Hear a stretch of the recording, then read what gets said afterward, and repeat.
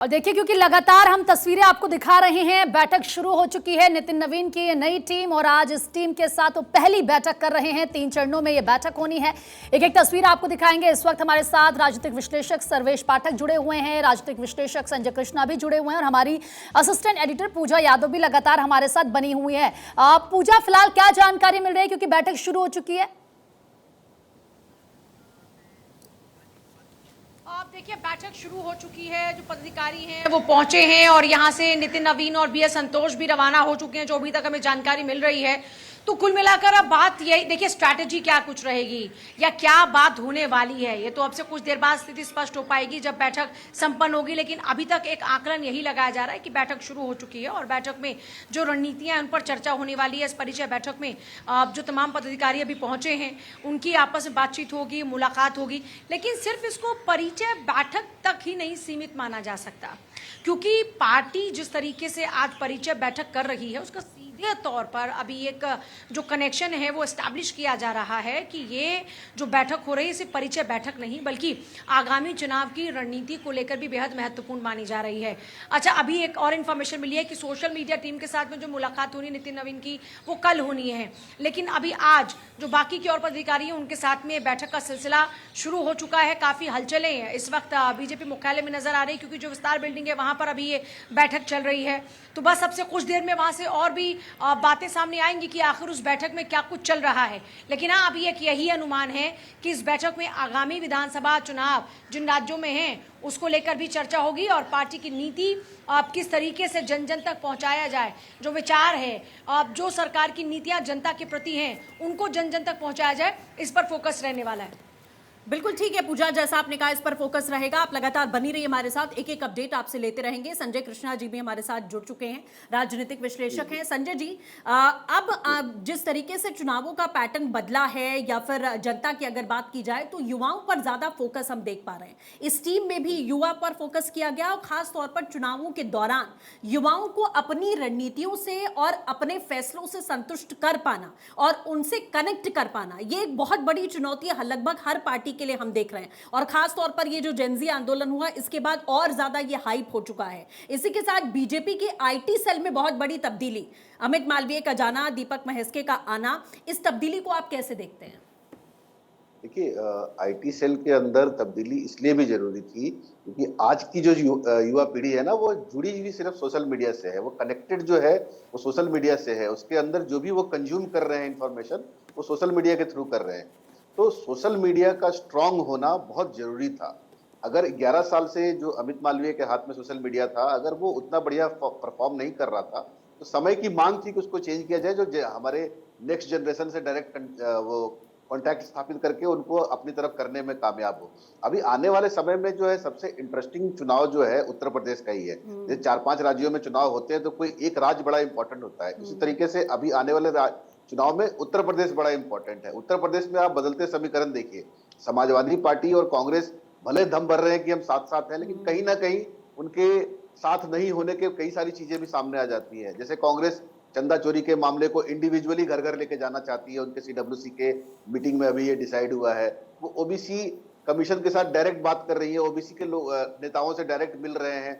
ये कहीं ना कहीं एक संकेत दे रहा है कि कांग्रेस खुद को उत्तर प्रदेश में मजबूत करना चाह रही है। दूसरी तरफ मायावती जो है वो कहीं ना कहीं हर बातों में एनडीए के समर्थित बातें करती है। जैसे अभी जयंत चौधरी के मामले, उन्होंने जयंत चौधरी का खुल के साथ दिया।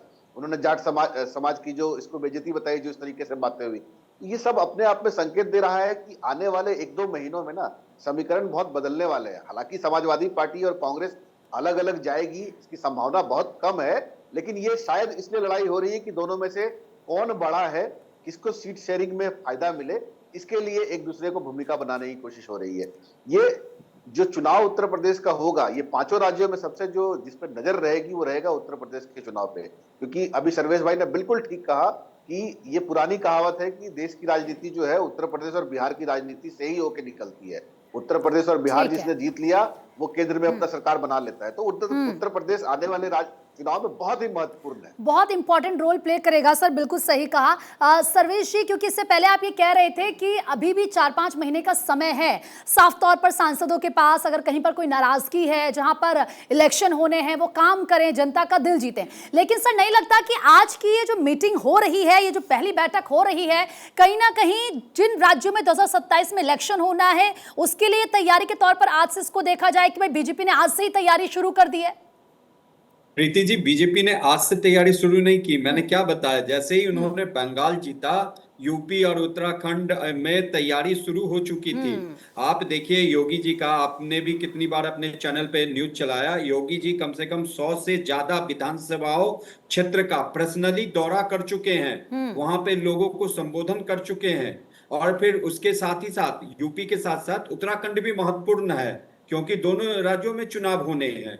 नहीं सर, अभी तक तो ये मान के चल रहे थे कि नितिन नवीन की जिम्मेदारी होगी इन राज्यों को जिताना, लेकिन अब ये उनके जो सिपा सलाहकार हैं, ये जो उनकी टीम के मेंबर्स हैं, अब उनके ऊपर भी ये जिम्मेदारी होगी।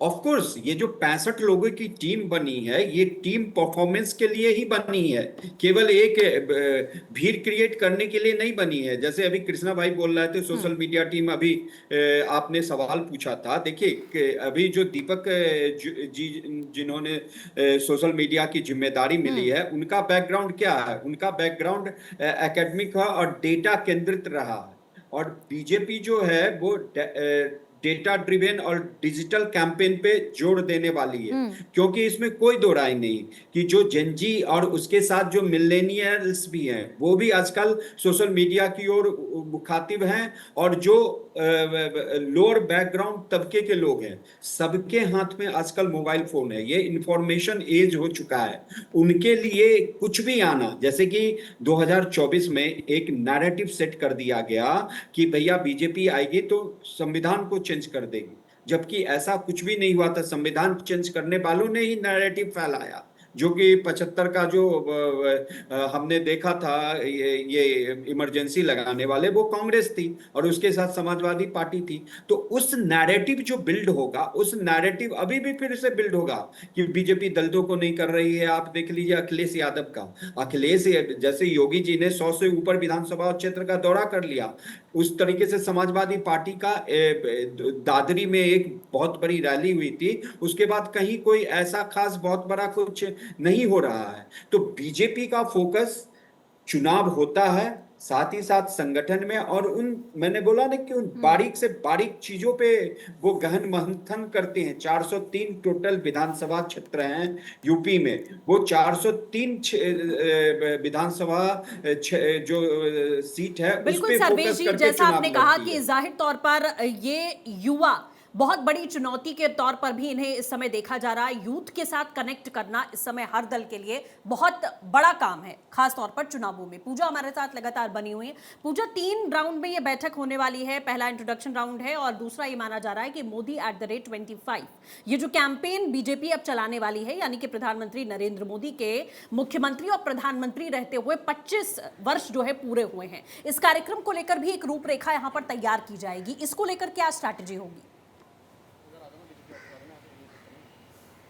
अब देखिए, सीधे तौर पर पहला जो रहेगा वो है चुनाव को लेकर, दूसरा मोदी @25, यानी प्रधानमंत्री नरेंद्र मोदी के, क्योंकि सेवा काल के 25 साल, तो ऐसे में इस सेवा में उन्होंने जो कार्य किए उनका जिक्र भी होगा, और किस तरीके से आगे और महत्वपूर्ण कार्य कर रहे हैं जनता के हित में, इस पर भी चर्चा रहने वाली है। अच्छा, मुझे कुछ और इनपुट्स भी ये मिल रहे हैं कि जो पुराने पदाधिकारी हैं वो भी इस बैठक में पहुंचे हैं। मतलब ये देखिए कितनी एक महत्वपूर्ण बैठक इसे माना जा सकता है, क्योंकि एक तरफ जहां नए पदाधिकारी हैं जिनको नई जिम्मेदारी मिली है, दूसरी तरफ जो पुराने पदाधिकारी हैं उनकी भी मौजूदगी है। अभी जो इनपुट्स मिल रहे हैं उसके मुताबिक, यानी आपके पास में जो तजुर्बा है, आप अपने उन तजुर्बों को साझा कीजिए। तजुर्बा किस तरीके से कैडर को मजबूत करना है, तजुर्बा कम्युनिकेशन पर किस तरीके से काम करना है, तजुर्बा की जो सरकार की नीतियां हैं, जो पार्टी की नीतियां हैं, उनको किस तरीके से आगे आप भी कैरी फॉरवर्ड करें, तो इस पर फोकस रहने वाला है। और इसे एक बहुत ही बेहतरीन ये कह सकते हैं कि तरीका है कि आप अपने जो नए पदाधिकारी हैं उनके साथ में एक सामंजस्य स्थापित कर रहे हैं। आपके पास जो एक्सपीरियंस है आप उसको शेयर कर रहे हैं।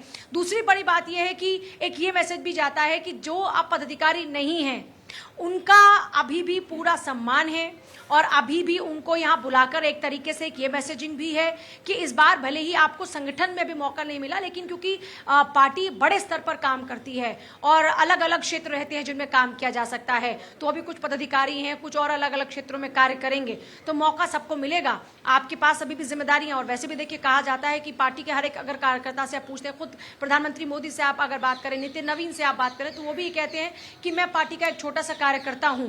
तो एक ये वो बड़ा मैसेज देने की कोशिश की जा रही है कि भाई हम अगर अभी पदाधिकारी नहीं है तो आपके पास अब जिम्मा है, तो हमारे एक्सपीरियंस से आप सीख लीजिए। और एक फोकस है कि पार्टी को किस तरीके से मजबूत किया जाए, सरकार की नीतियों को कैसे पहुंचाया जाए। इसके साथ ही सबसे इम्पॉर्टेंट जो प्रधानमंत्री मोदी का अपना 25 सालों का ये सेवा काल रहा, इसमें जो जो उनके प्रयास रहे जनहित में, उन सभी का भी जिक्र होगा। और दूसरा, बूथ स्तर पर पार्टी को किस तरीके से मजबूत किया जाए, ग्रास रूट पर कार्यकर्ताओं को और किस तरीके से एम्पावर किया जाए, इन तमाम पहलुओं पर आज चर्चा होने वाली है। और चर्चा क्योंकि लगातार चल रही है, और आज एक ये बैठक है, इस तरीके से आज 3 बैठक हैं, शाम के लगभग 7 बजे तक ये बैठकों का जो सिलसिला है वो चलने वाला है, और कल भी बैठक होनी है।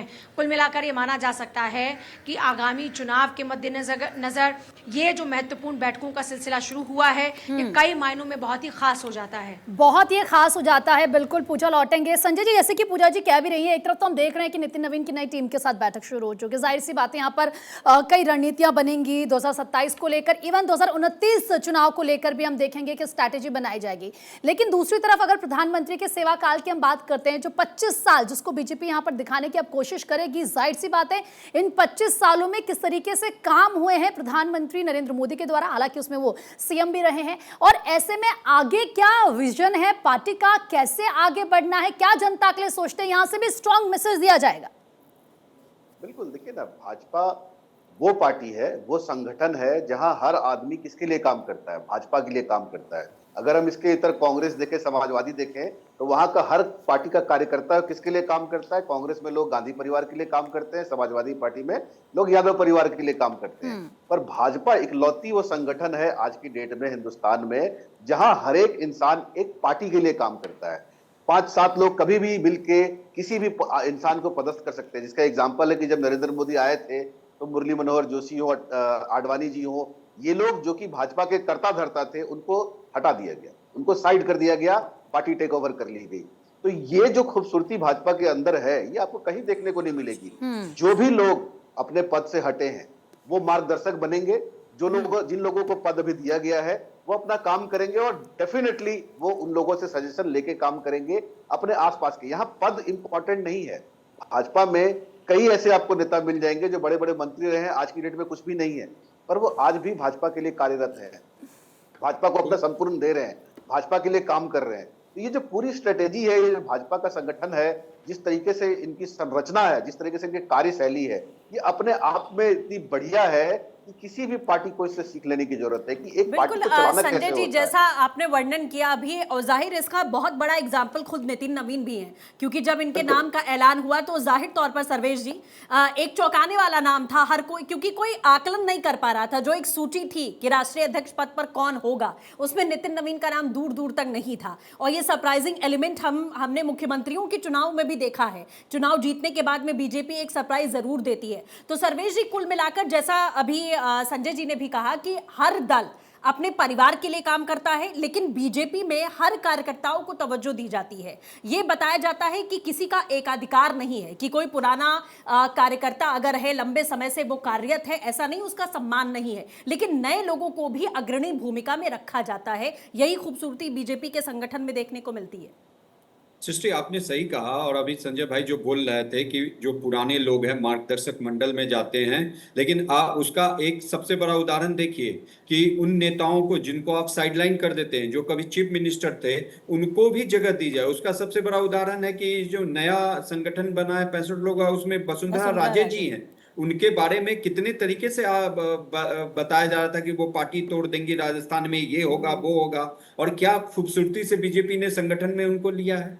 शिवराज सिंह चौहान जी को आज कृषि मंत्री, और किस तरीके से अच्छे से काम कर रहे हैं। तो बीजेपी की यही खूबसूरती है। इसमें आप देखिए, बंगाल चुनाव में एक घर के दूसरों के घर के बर्तन मांजने वाली महिला जो उनकी कार्यकर्ता थी, उनको टिकट देके उन्होंने कहां से कहां पहुंचाया। उसी तरीके से जो कहते हैं ना बीजेपी में, जो कभी दरी बिछाता है वो कभी एमएलए एमपी भी बन सकता है, इसमें कोई दो राय नहीं है। भजनलाल शर्मा जी को राजस्थान के उसमें पॉलिटिक्स में कितने लोग जानते थे, वो मुख्यमंत्री के पद पर सुशोभित हैं। यहाँ पे सबसे बड़ी बात है कि बीजेपी ये बहुत अच्छा करती है, लेकिन इन कुछ दिनों में अगर कहिए ये 10-15 साल, एक डिकेड में जो थोड़ी सी पैराशूट लैंडिंग होती है, उससे भी कहीं ना कहीं जो कोर कार्यकर्ता है कभी कभी नाराज होते हैं। तो उस चीज को भी अब बीजेपी को ध्यान देना चाहिए कि भैया अब आपके जो है 22 राज्यों में सरकार है, पूरे देश में आपका शासन है, तीसरा कार्यकाल चल रहा है और 29 तक सुचारू रूप से चलेगा। इसमें कहीं दो कुछ खटपट नहीं है। जो पहले वो 32 का फॉर्मूला ये विपक्षी पार्टी लेके चलते थे ना कि नीतीश कुमार को तोड़ देंगे, उधर चंद्रबाबू नायडू को मना लेंगे और ये सरकार को गिरा देंगे, वो सब धराशायी हो गया। उधर उद्धव ठाकरे की भी हो गई, उधर ममता की 20 आ गए, तो वो सब मेक ओवर हो गया। और यहाँ पे देखिए अभी जो एक खूबसूरती बात हुई कि मोदी जी के सर्विस के जो 25 साल हो रहे हैं, सेवा के, तो हाँ। वो जो 25 साल है बीजेपी उसको, मतलब मोदी जी का देखिए 25 साल एक ही संकल्प था, क्या था? सेवा से सुशासन, और सुशासन से क्या? विकसित भारत। ये जो हम आजकल विकसित भारत 2047 की जो कल्पना कर रहे हैं, क्या आज से पहले आप भी प्रीति, जिस समय यूपीए की सरकार थी, आई थिंक आप कॉलेज में होंगी या स्कूल में होंगी, उस समय कहीं फ्रेजाइल 5 की इकोनॉमी थी हमारी। आपने कभी सुना होगा कि विकसित भारत की कल्पना की जा रही है? माननीय यही तो सर आज के युवाओं को प्रभावित कर रहा है ना, वही देख रहे हैं कि भाई विजन है, और विजन कोई अगले 5 साल का या 10 साल का नहीं, हम 2047 की बात करते हैं। हम ये सोचते हैं कि हमारा देश कैसे होगा। लौटेंगे सर आपके पास पूजा, और कहीं ना कहीं जो ये विजन है जिसकी हम बात करते हैं, जब हम बाकी देशों से कंपेयर करते हैं और हम अपने देश को सोचते हैं, तो ये युवाओं को कनेक्ट करता है। और जब एक देश का युवा, और अगर मैं जेनजी भी कहूं, तो कहीं ना कहीं वो ये सोचते हैं कि भाई अगर आज हम भी जुड़ते हैं पार्टी से, हम भी काम करते हैं, तो क्या पता कल के दिन हम भी देश के प्रधानमंत्री बने। और यही आपको लगता है पूजा कि जो फैक्टर है, ये बहुत बड़ा फैक्टर है बीजेपी के लिए, युवाओं के साथ कनेक्शन के लिए? देखिए, इस बात को तो खैर अब हर पार्टी बखूबी समझ चुकी है कि युवाओं के साथ में जुड़ना बड़ा जरूरी है। और आज से नहीं, ये हम सालों से देख रहे हैं। देश की राजनीति में ये बात बखूबी हर पार्टी जानती रही कि युवा देश का भविष्य तय करते हैं। तो युवाओं को अपने साथ रखना या युवाओं के साथ में चलना बड़ा जरूरी है। नहीं, लेकिन हाल फिलहाल में पूजा हम देखते हैं ना, जब से ये प्रोटेस्ट हुआ तब से नाम पर युवाओं के साथ जुड़ने की बात करते हैं। जब ये प्रोटेस्ट हुआ उसके बाद से हमने देखा कि कहीं ना कहीं नेताओं का फोकस भी जेनजीज पर आ गया। बात हो रही है, सोशल मीडिया पर उनसे कनेक्ट किया जा रहा है, क्योंकि वो समझ रहे हैं कि ये मुखर है अपनी बात को लेकर, और ये जानते हैं कि इनको क्या चाहिए। देखिए, सोशल मीडिया का दौर है और बीजेपी ने तो बाकायदा इसके लिए एक टीम भी तैयार की है जो कम्युनिकेशन वॉर में अपनी भूमिका को निभाती हुई नजर आएगी। उसमें युवा चेहरों को मौका दिया गया है।